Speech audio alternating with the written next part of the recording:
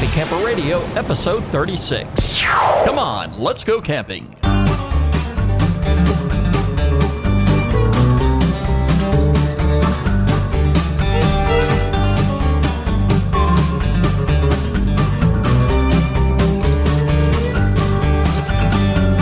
Welcome back, my friends, to another episode of the Happy Camper Radio Show, the only place you need to be when you're ready to talk camping. Camping is what we're about. Camping is all we talk about. Oh, it is a great fall morning, should I say. Here we know the temperatures are just right in our part of town. How was your Thanksgiving? We're going to talk about that here in just a moment. But right now, I want to go ahead and get our campfire lit. So let's grab everybody together. Grab your favorite camping chair, your camping recliner, a favorite cup of your hot beverage. That apple cider, I can still taste that from a couple weeks ago. How good that was. 4:30 in the morning, cold temperatures outside, listening to the crackle of that fire and feeling the warmth. Oh, it doesn't get any better than that. Our phone number here is 404-537-CAMP. You can call us anytime with your camping question. Leave us your comments, your question, your feedback, your anything you want to in our voicemail there. We're always delighted to hear from our listeners. That number again, 404-537-CAMP. You can like us on Facebook, follow us on Twitter at Camp Talker, and add us to your circles on Google+. And while you're visiting our website, make sure you click on our RSS feed and subscribe to the show. And this way, you'll always make sure that you're in tune with each and every episode of the Happy Camper Radio Show. Well, Thanksgiving 2013 is behind us. I hope you all had a real good one. You got to spend some time with your family, friends, and loved ones. I wasn't following the news too carefully in the latter part of the week, but I know there were some instances where Mother Nature came in and ruled. And what I mean by that, we had folks that were delayed at the airports. We had folks that were stranded at the airports. And I really hope everybody was able to get to their final destination eventually. I can imagine how difficult it is being stuck at the airport, and I can also imagine how difficult it would be on the other end where you have family, friends, and loved ones who are waiting on you and hope to have you sitting by the table with them for a delicious hot Thanksgiving dinner. One of these days, I'm going to have to, well, I'll tell you what, I can do that right now. I'd like to get some feedback from anybody who was stranded at the airport, stuck at the airport, delayed at the airport, to see what exactly it was like. This is the type of camping that I would not want to be involved in any way, shape, or form. I have seen pictures, I have seen videos of people who were camped out. And when I mean camped out, they were sleeping in a corner on their luggage. Airport hotels were full. They had nowhere to go. The winter weather was stranding them from getting to their destination. It's just something, I don't want to wish bad will on anybody, but I would like to find out exactly, how that experience went for you.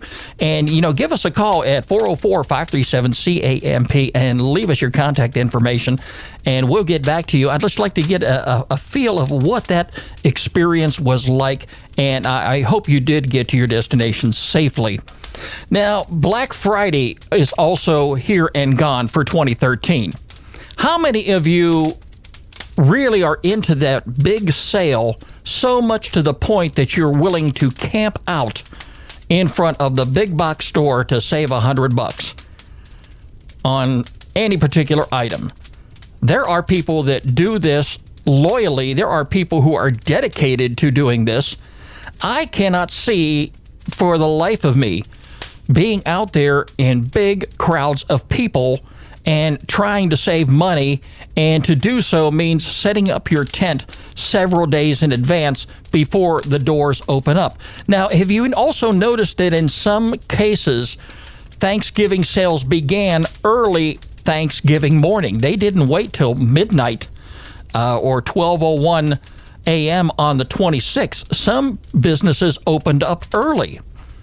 And I can imagine how stressful that was for some people, not only the ones who decided they were going to go out for the big sale, but also the workers who really would rather be home with their family and friends instead of working.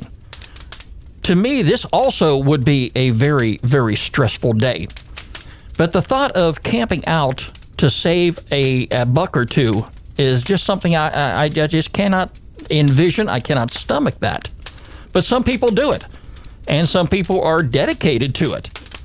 For me, if I were to do that for the purpose of saving money, number one, I would have to be there very early. I would have to be like 1, 2, 3 tenths away from the front door. And then I would have to be thinking, wow, what's this going to be like when they open those doors up? You know they're not going to allow anybody to go in single file. It's going to be a stampede. You're going to get in there. You're going to be trying to find the items you want. There may only be a limited supply of those items.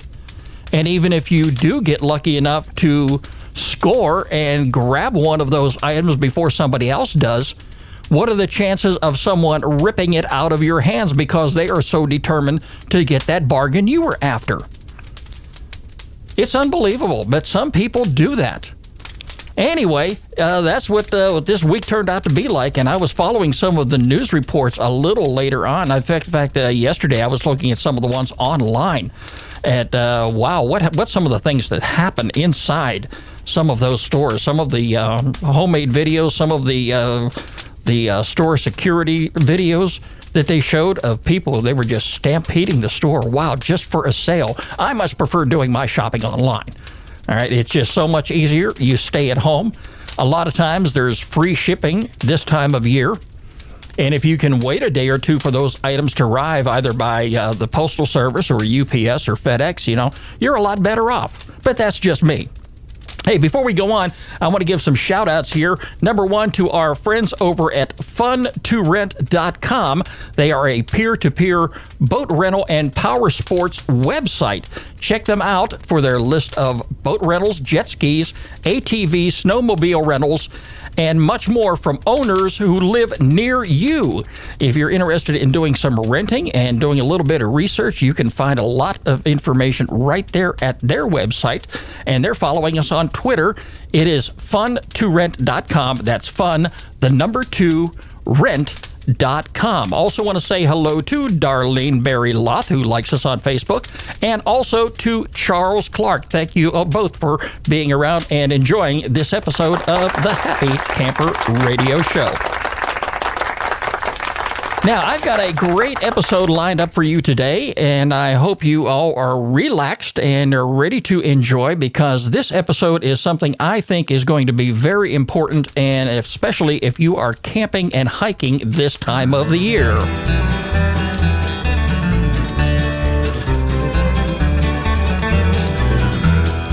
What a lot of people don't realize, this time of the year, even though they are into camping and hiking, it is also hunting season.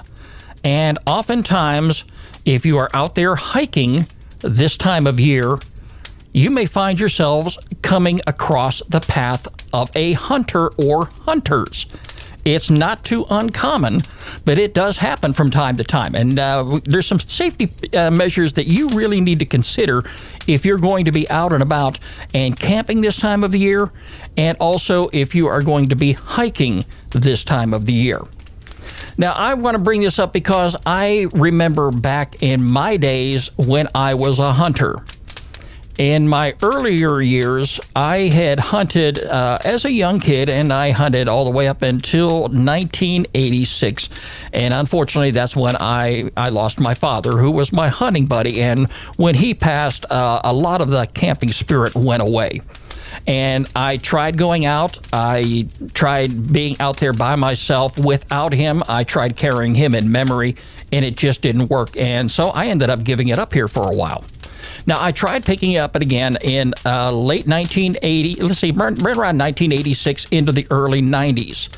And it really didn't seem to be working, and eventually I gave it up once and for all. Now, does that make me an anti-hunter? No, it does not. Am I going to interfere or try to stop people who still have that in their blood and still have it as a family tradition and want to carry on that tradition? No, I will not. Okay, but if you are going to be out there hiking, keep in mind that depending upon where you are camping and what area you live in, maybe say if you're hiking somewhere close to home, you may come across the path of a hunter who is out there hunting for either small game or big game. Now, this has happened to me from the hunter standpoint. Back in the early 1990s, I was hunting in the National Forest up near the Appalachian Trail in North Georgia. And I am not the type of a hunter, or should I say was the type of a hunter, who actually stood still. I actually walked in search of my game. And some cases, and of course back in those days you didn't have GPS, you had to rely upon the old compass. But I came across the Appalachian Trail.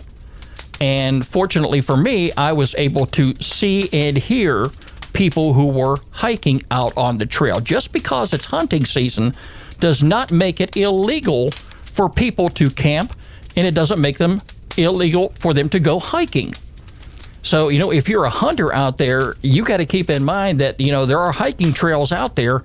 And if you come across some of these people who are hiking those trails, they have every legal right to be there, just as you have every legal right to be a licensed hunter. So to be safe while you're out there hiking this time of year, it is highly recommended that everybody in your hiking party wear a blaze orange vest. This is the clothing typically worn by hunters, so hunters can identify other hunters in the forest and not accidentally mistaken them for game.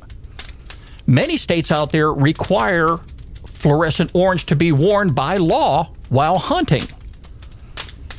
It is highly recommended you would wear at least 100 square inches of blaze orange. Now, a ball cap will contain 100 square inches of orange.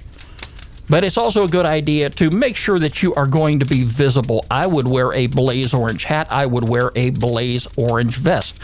Some of these are very inexpensive, and you can get them at your local department store or camping supply store because they know this time of the year you are going to possibly be out there and engaging in some exercise by going on a hike somewhere. You don't want to be mistaken for game by fellow hunters.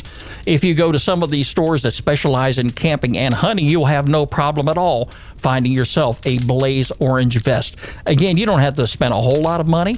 Some of them are very inexpensive, but make sure that you have one that's going to identify you as a hiker on the trail if by chance you are out there during hunting season. Now, some colors you want to avoid wearing: red, white, and blue. Now, I'm not trying to be unpatriotic here when I say this, but there is a reason. Take white-colored clothing, for example. This can be mistaken for the tail of a white-tailed deer. If you're running on the trail, if you're jogging and you're wearing white, put yourself in the place of anybody in the distance in the forest. They see nothing but white moving. That could easily mistaken somebody for a white-tailed deer. So you want to definitely avoid wearing white. Also, never take out a white handkerchief and shake it. If you have it folded up in your pocket, a lot of times, think about that. Just in everyday life. Say if you have to blow your nose and you have to reach into your pocket to take out a folded handkerchief, what's the first thing you do? You take that handkerchief and you shake it.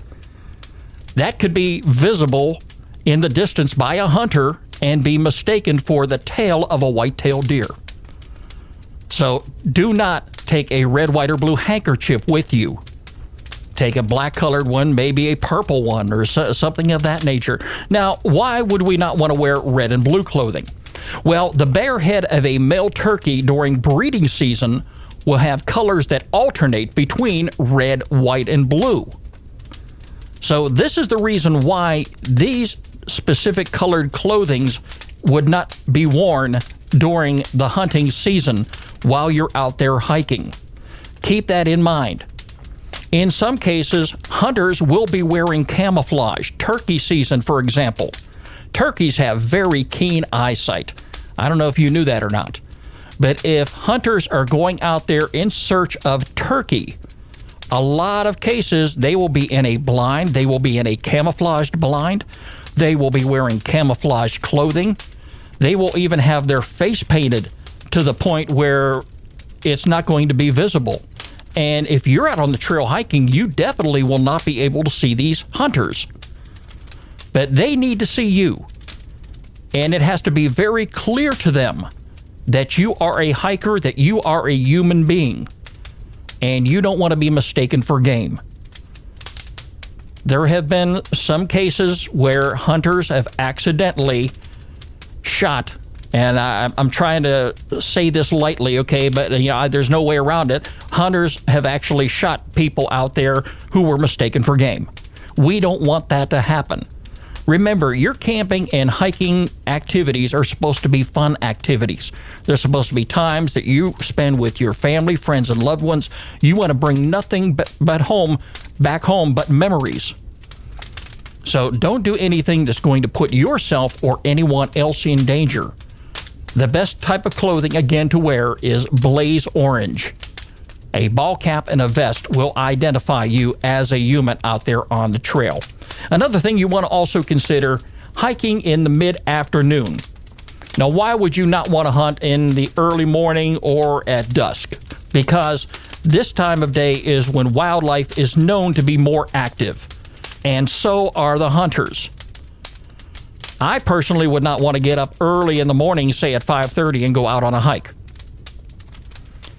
I would much sooner stay around the campfire as I normally do. Again, like I say, I normally get up about 4:30 in the morning on my first day there, and I relax. Eventually, I'll get up and I'll cook breakfast, and by then it might be about 9 o'clock, 9:30. And if I have some fellow campers with me, we just may sit around the fire. We may not go out there at all, but not everybody does that. So if you're out there, make sure that you observe the hunting hours and try to avoid being out there in the wilderness, out on the hiking trail at dawn or at dusk. Also, hiking on private land. You need to respect the rights and privacy of the landowner. Just because you may see a trail going up the hillside, you need to make sure that you are going to be hiking on public land and not on private land. You need to respect the rights of the landowner. If you see a no trespassing sign, it means just that. You need to stay out of that area. If you check in with your campground host or local park ranger, you may be able to find where some of the public trails are. And those individuals will probably be able to educate you and give you some advice, maybe some pointers that you need, and possibly some areas that you need to stay away from. Also, if by chance that you are out there hiking and you come across a hunter or hunters in the woods, you need to respect their rights as well. Again, like I mentioned, they have a right to be there just as much as you do. You need to avoid confrontation with hunters. Now, maybe you are an anti-hunter. I can respect that. If you do not believe in the killing of game, well, it's a conservation thing for some hunters, okay? It is a sport for some hunters. Some hunters hunt for the purpose of feeding their family. I would like to think that all of them do that. And they are not going to be wasteful when they're out there hunting. But if you come across some hunters are out there in the woods, you need to be respectful because they have the legal right to be out there just as much as you, especially if they are legally licensed hunters. In some states, the law will prohibit people from harassing hunters. Yes, that's very true. You may not agree with what they're doing. And if you see a hunter out there and you know what he is out there doing and you don't approve of it or agree with it, to decide that you're going to stop your hiking activity and immediately begin harassing this hunter, you may be in violation of the law. So if you're out there hiking, if you're out there coming across hunters, all right, be mindful that they have the right to be there. You have the right to be there. Just go on your way. Go on about your business.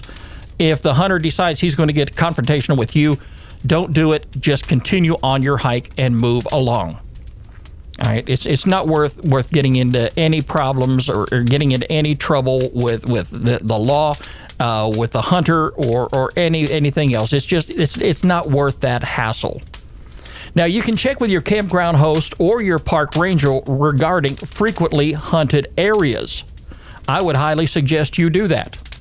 Some of the things you can do while you're out there on the hiking trail. Number one, make some noise. I'm not saying go out there and start scaring the game away. I'm not saying go out there and scream at the top of your lungs just so you make sure that everybody in the whole world in that part of the region knows that you're there.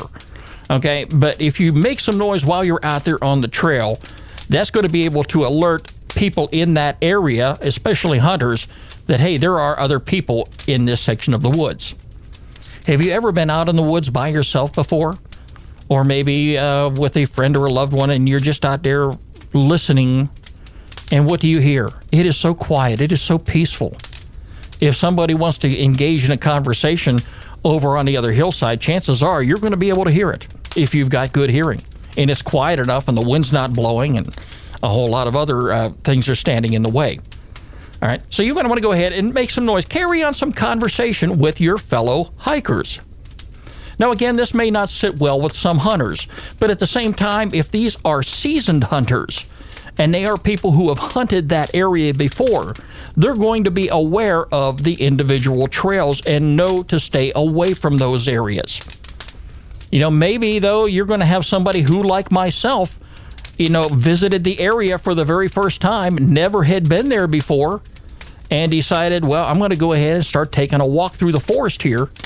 And next thing you know, they come across a well-used trail that hikers typically use and come across it accidentally.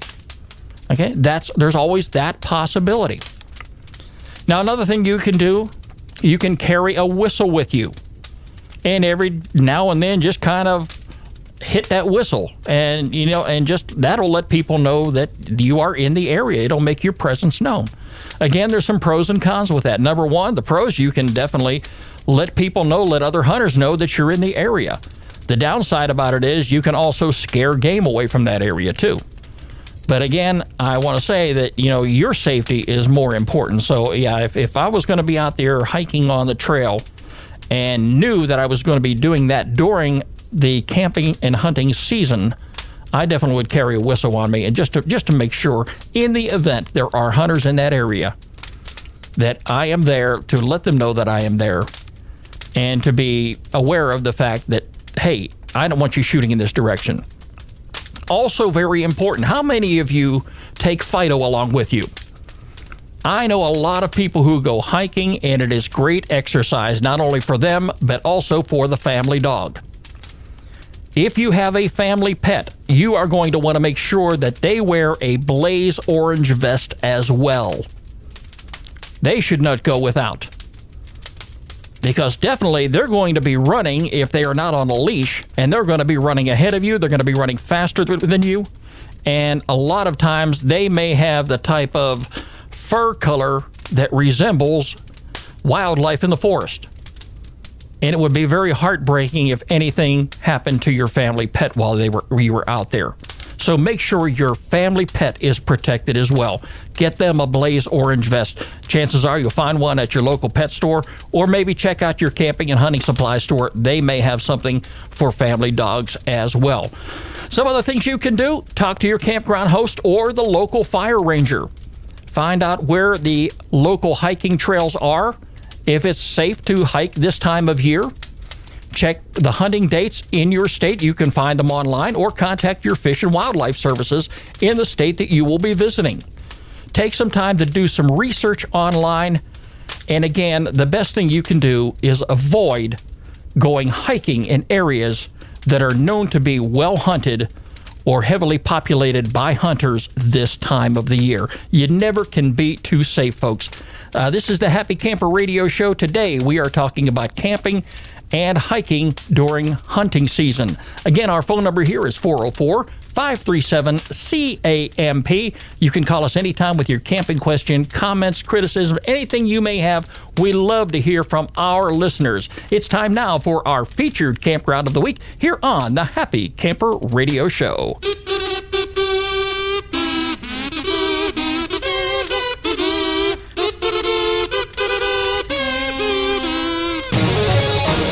you like fall and winter camping, I live for it.